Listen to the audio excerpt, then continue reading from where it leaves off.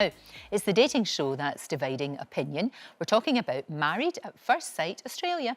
Well, Matthew Bennett went on to marry Lorraine in the show. That is the premise of the show, before they realised they weren't right for each other at all.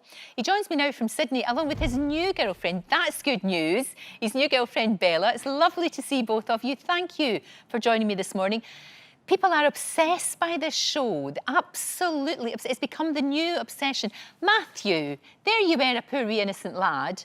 Why did you decide to go on that programme, do you think, in the first place? Did you really want to find love?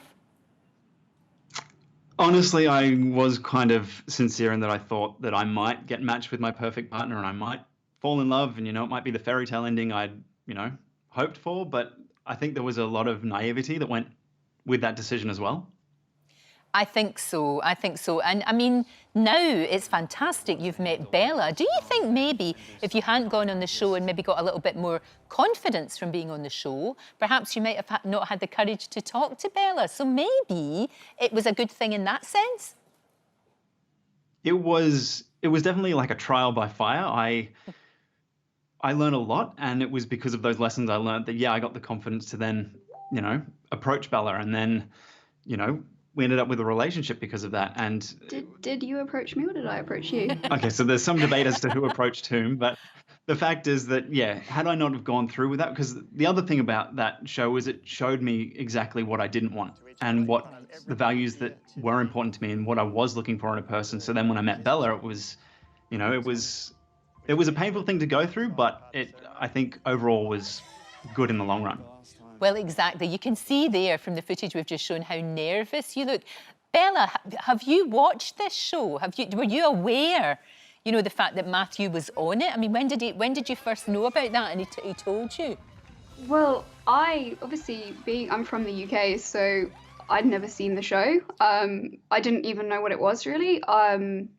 So what's really interesting is he told me on our first date that basically he'd been on TV, and I just thought like, oh, whatever, you meet men and they just come out with stuff, and I just thought, oh, okay, fine, it's going to be, Sky 800, it's going to be at 3 o'clock in the morning, no one's going to watch this show, it's not a big deal, it'll be fine. And then it turned out to be the most watched show in Australia. So I've never seen the show the whole way through. I've obviously had to see clips now, and obviously while Matt was on it, there was a lot of coverage. So obviously I'm aware of what happened and the premise of the show, but it was difficult for me to get my head around at first, definitely. It was a bit of a shock, and I think I'm probably still in denial about how big it was. If that makes sense. No, it does. I mean, Matthew, have you seen it? Have you watched it all the way through, or can you not? No. I can't. No, you haven't. And do you think you It's ever too triggering. will? No, there's some things that are just better left in the past. Right, okay. So you do regret, in a sense, going into the show and doing the show, because obviously, there are matchmakers that try and put people together, but it's a TV show and they're looking for entertainment, I guess. And the two of you, it just did not work, did it? I think she was a bit too much. Yeah, I kind of have a theory that, this was just my experience, but it feels like in some of the couples, they sort of match the polar opposites together and see what'll happen. That's kind of where the drama sort of sparks from.